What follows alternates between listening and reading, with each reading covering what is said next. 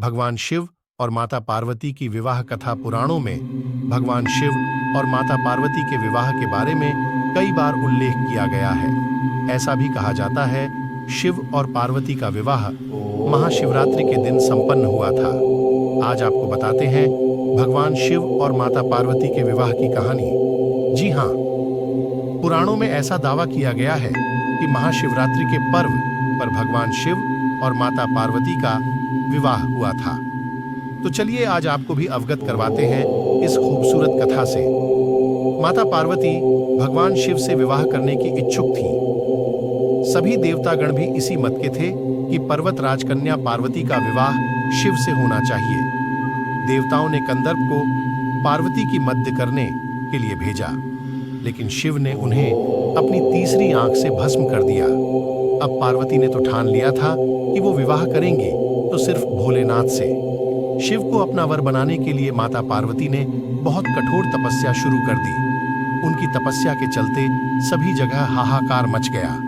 बड़े बड़े पर्वतों की नींव डगमगाने लगी। ये देख भोले बाबा ने अपनी आंख खोली और पार्वती से आवाहन किया कि वो किसी समृद्ध राजकुमार से शादी करे। शिव ने इस बात पर भी जोर दिया कि एक तपस्वी के साथ रहना आसान नहीं है, लेकिन माता पार्वती तो अडिग थी।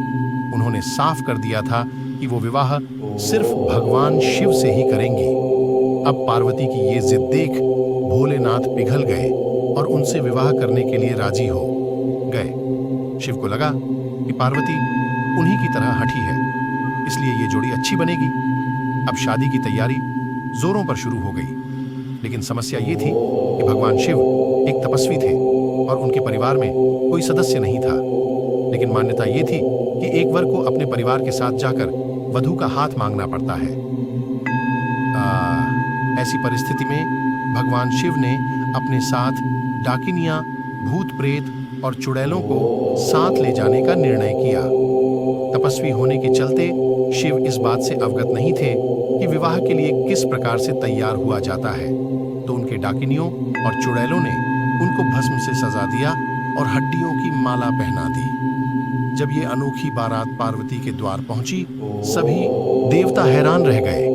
वहां खड़ी महिलाएं भी डर कर भाग गईं। भगवान शिव को इस विचित्र रूप में पार्वती की मां स्वीकार नहीं कर पाई और उन्होंने अपनी बेटी का हाथ देने से मना कर दिया।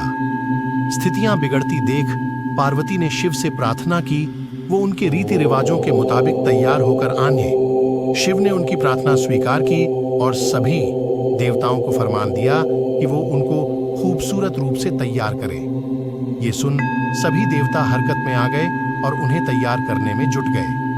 भगवान शिव को दैवीय जल से नहलाया गया और रेशम के फूलों से सजाया गया। थोड़ी ही देर में भोलेनाथ कंदर्प से भी ज्यादा सुंदर लगने लगे और उनका गोरापान तो चांद की रोशनी को भी मात दे रहा था। जब भगवान शिव इस दिव्य रूप में पहुंचे, पार्वती की मां ने उन्हें तुरंत स्वीकार कर लिया और ब्रह्मा जी की उपस्थिति में विवाह समारोह शुरू हो गया। माता पार्वती और भोले बाबा ने एक दूसरे को वरमाला पहनाई और ये विवाह संपन्न हुआ। हमारे चैनल को लाइक, शेयर, सब्सक्राइब जरूर करें। धन्यवाद।